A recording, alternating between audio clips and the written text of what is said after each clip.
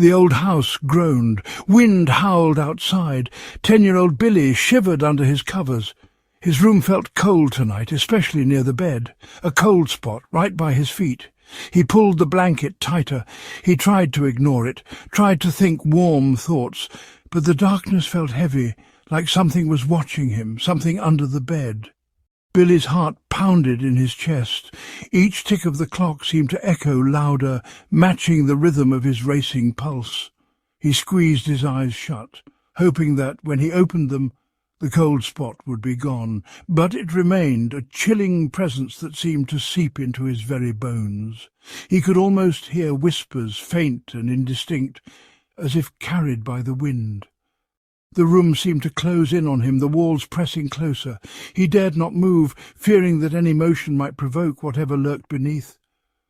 The cold spot grew colder, more intense, as if it were alive. Billy's mind raced with terrifying possibilities. What if it was a ghost or a monster?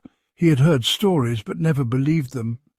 Now, in the dead of night, with the cold spot at his feet, those stories felt all too real. He wished for morning, for the safety of daylight. But dawn was hours away.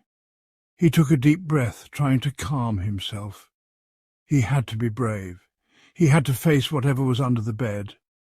Slowly he reached out a trembling hand, inching it towards the edge of the blanket.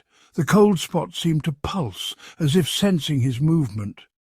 Billy hesitated, then steeled himself. He had to know. With a final shaky breath, Billy lifted the blanket, peering into the darkness beneath. The cold spot seemed to vanish, replaced by a sense of dread. His eyes adjusted to the gloom, searching for any sign of movement. And then he saw it, a pair of eyes, staring back at him from the shadows. A floorboard creaked. Billy's eyes opened wide. He held his breath, listening.